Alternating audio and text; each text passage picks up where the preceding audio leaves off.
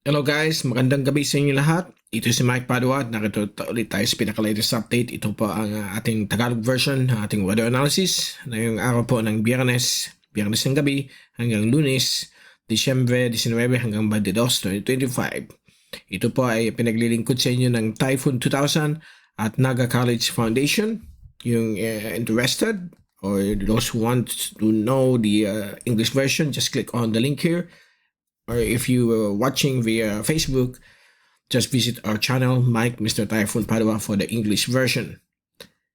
And this is also brought to you by Aboitiz Power, Bank of the Philippine Islands Sustainability. If you're interested, just click on the link here. And if you're watching via Facebook, there's a description of BPI Sustainability down this video. And the local government of Naga City, headed by our Honorable Mayor Lenny Robredo and our Honorable Vice Mayor Gabby Bordado. So ngayon, umpisa natin pinaka-latest update. Wala na po tayong namumuong bagyo sa katapusan po ng 2025. All clear po hanggang sa New Year's Eve. So wala po tayong dapat ikabahala. The usual easterlies lang po tayo dahil po sa prevailing La Nina at yung pagsulpot-sulpot ng amihan at shear line. At sa ngayon, ito po yung pinaka-latest na fast animation natin. Yung shear line sa nakalipas na ilang araw dito po sa may bahagi po ng silangan na Hilagang Luzon ay naglaho na po. At pumalit naman po ang pure easterlies. Okay, ito po ay magdadala ng mga pabugso-bugsong ulan, mga padaan-daan sa may silangan bahagi po ng Luzon, Bicol Region, Eastern Visayas at dito rin po silangan bahagi po ng Mindanao. So ngayon may mga nakikita po tayong mga scattered, isolated rain showers and thunderstorms kahit na gabi dahil po sa easterlies.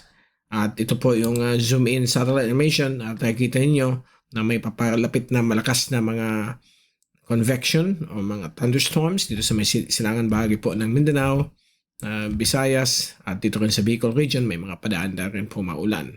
Common po yan pag mayroon pa tayong La Nina, December talaga maulan. Kahit hindi po La Nina, kahit El Nino, may mga paulan talaga ang buwan ng Disyembre. Okay? Especially dito po sa Bicol Region, Eastern Visayas at Eastern Mindanao. So ito po yung latest wind at pressure forecast mula sa European model, courtesy of windy.com. At nakita po natin ang patuloy na effect ng easterlies. Stronger than normal po ang hangin po dito dahil sa easterlies. So bukas Sabado, nakita po ninyo dito, talagang pure easterlies po siya hanggang po sa pagdating ng linggo ng hapon na kung saan meron naman pong pabagsak o pababa na hanging amihan sa may dulong Hilagang Luzon, kasama pong Batanes, Babuyan Cubao Islands, Northern Cagayan. Samantala ang iba't ibang bahagi ng ating bansa ay patuloy pa rin ang hangin mula sa hanging silanganin o easterlies. Pagdating ng Lunes, ito pong hanging amihan ay apektado pa rin ang dulong Hilagang Luzon hanggang dito po sa may silangan bahagi po ng Hilagang Luzon. Dito po sa Bicol, Visayas at Eastern Mindanao patuloy ang epekto ng hanging silanganin. Sa Martes, December 23, dito po ay inaasahan pong hina at babalik ulit ang easterlies dito po sa may dulong Hilagang Luzon. At patuloy pa rin na umiiral ang easterlies sa may silangan bahagi po ng ating bansang Pilipinas. At sa Disyembre 24, Noche Buena, ay nandyan pa rin yung easterlies. Bagamat pagdating po ng Pasko, may babagsak na naman po o pababa na hanging amihan dito po sa may Taiwan at sa dulong Hilagang Luzon, down sa Batanes. At konting amihan naman po dito sa may silangan bahagi po ng Luzon hanggang sa may Pulilio. Samantala ang ibang bahagi po ng ating bansa ay kalmado hanggang mahinang hangin mula sa amihan. Okay, mahinang amihan lamang po yan. At pagdating po ng Friday o Biyernes, December 26, ito na po yung forecast na more than 5 days. So, inaasahan po natin na mababa po ang probability o mataas ang uncertainty. At nakita natin, babalik ulit yung amihan. Nalakas po sa may Hilagang Luzon sa darating pong Disyembre 27. At apektado po ang silangan bahagi po ng gitna at Hilagang Luzon. At dito rin po sa may Kabikulan, may konting amihan. At pagdating po ng Disyembre 28, Linggo, ito po ay lalakas po dito sa may area po ng Kabikulan, lalo na po yung coastal areas mo nito, na kung saan may kasama po tayo tinatawag nating shear line. So meron po dito ang inasahan na shear line. Okay, palitan natin ng kulay. So dito. So yan po yung convergence ng hangin mula sa silangan. Okay, ito po yung silangan. So ganyan po yan. At ito naman po ang hangin mula sa hilagang silangan. So pag nag-converge po yan, yan po ditawag natin shear line. Diyan po mag-form yung mga thunderstorms. Papakita natin sa inyo may lamang yung mga accumulated rainfall forecast sa susunod na 5 hanggang 10 araw. Okay? At yun, patuloy na may shear line dito sa may east of Bicol region sa Disyembre 28, 29 at pagdating ng Disyembre at 30, ito po ay nandyan pa rin sa may silangan bahagi po ng karagatan ng Samar. At sa New Year's Eve, ito po ay unti-unting hina. Then pagpasok ng January 1, January 2 at January 3, mukhang may hinang hangin mula sa hilagang silangan at silangan ang iikal sa ating bansa. Take note lang, ang forecast nito ay more than 5 days, so pwede pa rin ito mag-change. So mataas pa ang uncertainty nito. So hindi po ito final. So malalaman po natin after Christmas kung ano magiging wind at pressure system sa ating kapuluan. Okay, at ito naman po yung ating rain forecast for the next 5 days mula sa Windy, courtesy of ECMWF. At nakikita po ninyo dito, okay, ang malakas na easterlies nag-generate po ng mga thunderstorms dito po sa may coastal waters po ng Kabikulan, Hilaga at Gitnang Luzon, yung eastern sections, at dito rin po sa may bahagi po ng eastern coastal waters ng Samar, and dito rin sa may Dinagat Siargao Islands, at gayon din po dito sa may karagatan po ng South Philippine Sea, malapit sa Palau. Okay, so ito po ay inaasahan pong by tomorrow, Saturday, December 20, pag hapon, sasapit ng hapon, may mga thunderstorms po tayo sa halos malaking bahagi po ng ating bansa. Okay, at sa linggo, ay naman po ang pagbabagsak ng amihan. But nandiyan pa rin yung mga thunderstorms sa malaking bahagi po ng ating bansang Pilipinas. And then, yun din po sa Disyembre 22. Pagdating ng December or Disyembre 23, magkakaroon po dito ng parang short-lived na shear line. Most likely, diffused shear line po ito. At magbibigay po ito ng mga thunderstorms dito po sa may karagatan ng Philippine Sea. At sa pagsapit naman po ng Noche Buena, ito po ay lalaho kagad. Okay, nakita ninyo dyan. Sa Pasko, halos wala masyadong mga ulan. Pagpatak po ng hapon, except po dito sa may area po ng Eastern Mindanao at sa ibang bahagi po ng Silangan at Gitnang Kabisayaan. Meron pa rin dito sa may bahagi po ng coastal areas o coastal waters ng Hilagang Luzon dahil po sa konting epekto ng hanging amihan. Okay, so yan po ating 3-hourly rain forecast hanggang sa araw ng Pasko.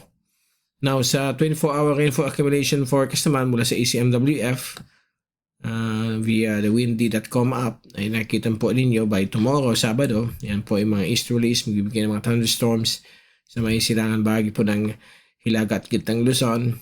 Dito rin po sa may silangang Kabisayaan at silangang Mindanao. Meron din mga isolated patches sa Bicol region. Sa linggo, yan po ang pagbagsak po ng amihan po dito sa may dulong Hilaga Luzon. May mga thunderstorms po dyan. At dito pa rin yung epekto ng hangin silanganin sa may eastern sections po ng Bicol, Visayas at Mindanao. And kikita po ninyo pagdating ng Lunes, yan po effect ng amihan. May mga possible thunderstorms po sa may Cagayan Valley at sa silangan bahagi po ng Hilagang Luzon hanggang dito po sa may Pulillo area, and may mga isolated thunderstorms din sa may Mindoro, Northern Palawan, Visayas at dito rin po sa may silangan Kabisayaan, silangang Mindanao. Pagdating ng December 23, yan po, yung sinasabi nating maliit na diffused shear line ay mukhang mag-form dito sa may hilaga ng Kabikulan, sa may karagatan ng dagat Pilipinas, silangan ng hilagang Northern Quezon. At nakikita po niyo dito,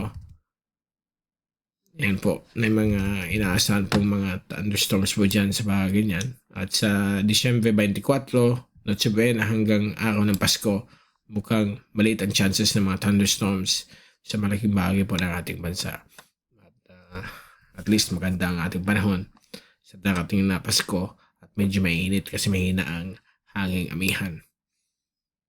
Kung i-extend po natin hanggang sa New Year's Eve ang weather conditions, but take note, mababa po ang probability nito, mataas ang uncertainty. Pagdating ng December 26, 27, ayan naman po ang hanging amihan dito po sa may dulong hilagang Luzon. Magbibigay ng mga ulan. At pagdating po ng December 28, ito na yung sinasabi nating shear line na inaasahan pong maubuo dito sa may silangan bahagi po ng Kabikulan. So ito pong area na ito ay kakaroon ng tinatawag nating shear line. So may mga ulan po yan dyan. At kung galaw natin itong slider hanggang December 29, Lunes, lalong mas malalakas po ang mga ulan dito po sa may silangan bahagi po ng Bicol Region, lalong na po sa may Catanduanes at silangang Sorsogon, silangan Albay and Partido District, kasama po ang coastal areas ng Camarines Norte. Yan po, kita po ninyo yan. Okay? At sa ika-30 ng Disyembre, Rizal Day, yung shear line ay bababa po dito sa may Hilaga at silangang Samar, but ito po ay pa-diffuse na po o pahina. Kaya pagdating po ng New Year's Eve, halos wala na po ang shear line. So pwede po ito magbago, either mawala o pwede lumakas. So antabayan na lang po ninyo ang pinaka-latest update kasi yung uncertainty nito ay napakataas pa. So after Christmas may bago tayong forecast at baka mas mataas na ang probability niya. Okay? So yan po ang latest sa ating mga ulan sa susunod na 5 araw hanggang araw ng Pasko hanggang sa New Year's Eve. Now, punta natin ang pinaka-latest sa ating wave forecast at mukhang for the next 5 days hanggang sa araw ng Pasko, malalakas pa rin yung mga alon o malalaki yung mga alon dito po sa may East Philippine Sea, although pag araw ng Pasko babagsak po sa 1.5 to 2.5 meters ang alon dito sa may silangan ng ating bansa. But overall, nasa 3 to 4 meters ang laki ng alon. Dito rin sa may area po ng extreme northern Luzon at sa may hilagang bahagi po ng kanlurang Pilipinas. At kanlurang bahagi ng dagat Pilipinas, ayan po, may mga possible malalaking alon dulot ng hanging amihan.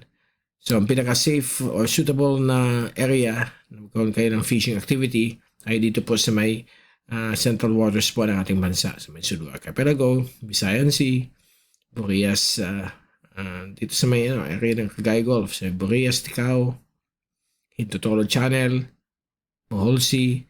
So yan po ang magiging kalagayan ng mga alon sa ating kapuluan. Yung mga malapit lang po sa coastal areas ng Bicol ay okay naman po.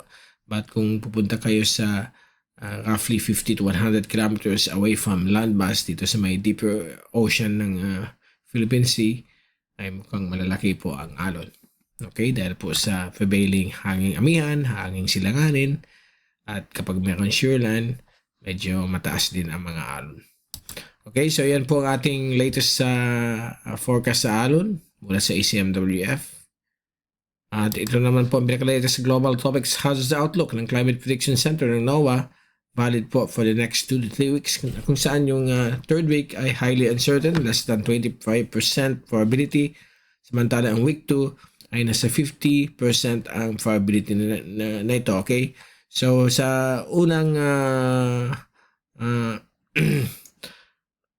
unahin muna natin ang week 2, December 24 hanggang 30, Rizal Day. Kita po natin na yun dito na ang hilagang Luzon hanggang sa may Taiwan at North Philippine Sea ay mananatiling 50% ang probability ng mga above average rainfall. Ang buong bansa ay magiging normal po ang climate conditions. pagdating ng 3,000, which is highly uncertain, sa New Year's Eve hanggang Enero 6, normal naman po ang pinapakita sa Pilipinas. Walang below o above average rainfall. Okay, so yan po ang latest sa ating Global Tropics Hazard Outlook ng Climate Prediction Center ng NOAA.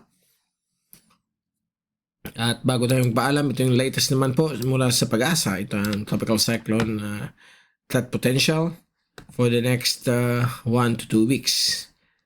Yung week 1 ay medyo moderate to high ang probability at may nakikita po tayo ditong low chance ng tropical cyclone formation. So, possible magkaroon ng LPA but medyo malabo po sa nakikita natin ngayon. Mostly, mga convection lang, mga thunderstorms dala ng easterlies.